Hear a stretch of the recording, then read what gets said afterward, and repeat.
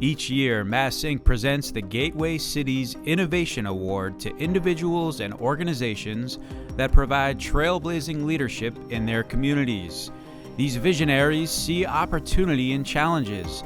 Examples of grit abound in past honorees. At the first annual awards in 2013, Fitchburg's Mark Doan received the award for revitalization efforts in the Elm Street neighborhood. By 2013, NewVue communities had renovated 60 homes in the area. The Telegram and Gazette heralded the transformation from Nightmare on Elm Street to the American Dream. But NewVue was just getting started. They proposed the most ambitious project yet for the Elm Street neighborhood, the conversion of 2 vacant historic schools and a former carriage house into artist housing. The new development was directly across from the Fitchburg Art Museum, the Elm Street neighborhood's crown jewel. After a decade of hard work to overcome setback after setback, the vision became reality just 2 weeks ago when dozens of leaders gathered for a groundbreaking.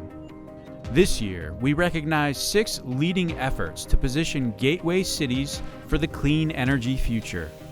The first 2 awardees build on the theme of last year's summit, putting federal infrastructure funding to work to grow a more inclusive economy. In partnership with the Pioneer Valley Planning Commission and the Western Mass Economic Development Council, the Emerald Cities Collaborative launched Western Massachusetts E-Contractor Academy.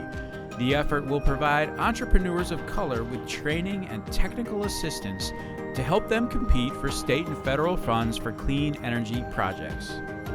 In 2022, the Worcester branch of the NAACP started to look for models to improve the health, safety, and energy efficiency of the city's triple-deckers, while also creating employment opportunities for local residents in the building trades. With the Massachusetts Clean Energy Center and the Rocky Mountain Institute, they created the Worcester Heart Partnership. The partners inventoried energy conservation measures for 6 triple-deckers owned by Maine South CDC. They then examined the local workforce landscape, identifying training opportunities. One of the Maine South priorities was selected for the Mass Clean Energy Center's triple-decker pilot. The results of this pilot will inform Worcester Now/Next, a comprehensive plan for the city currently under development. One of the most exciting and ambitious clean energy workforce development projects in the country is well underway in New Bedford, Bristol Community College's National Offshore Wind Institute. The institute built a state-of-the-art training facility partnering with Maersk Training.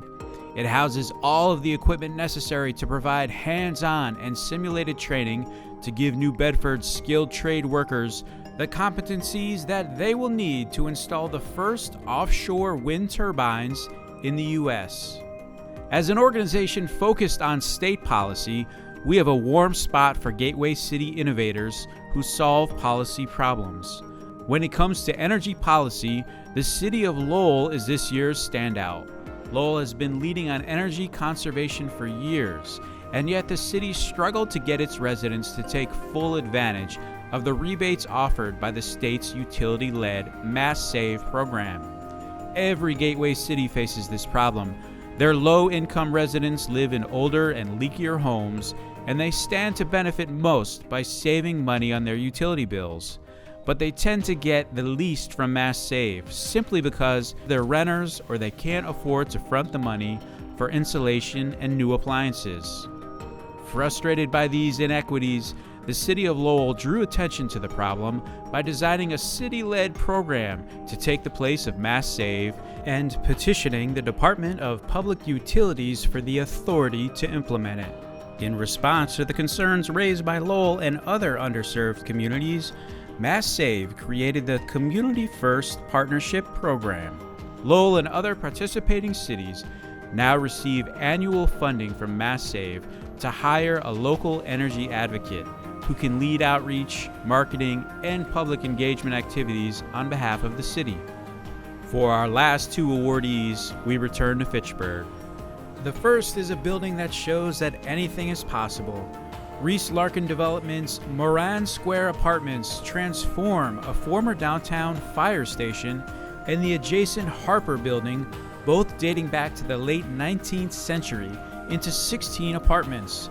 These historic structures are knitted together with a new 5-story building on an adjacent parcel for a combined 44 units of new mixed-income housing. While meeting historic preservation standards, the project will reach passive house efficiency levels, reducing energy consumption by 50%. With rooftop solar, the building will produce 0 net emissions. The final honoree brings us full circle back to NewVue communities. The Environmental Stewards program at NewVue has trained over 30 community residents as environmental stewards, bringing together environmentalists who have been active since the 1960s with a new generation of leaders.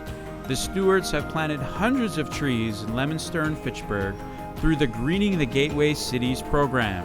They've also secured a state grant for the Nashua River watershed and created the North Central Climate Change Coalition, which has hosted public forums to bring the region together around local efforts to address climate change.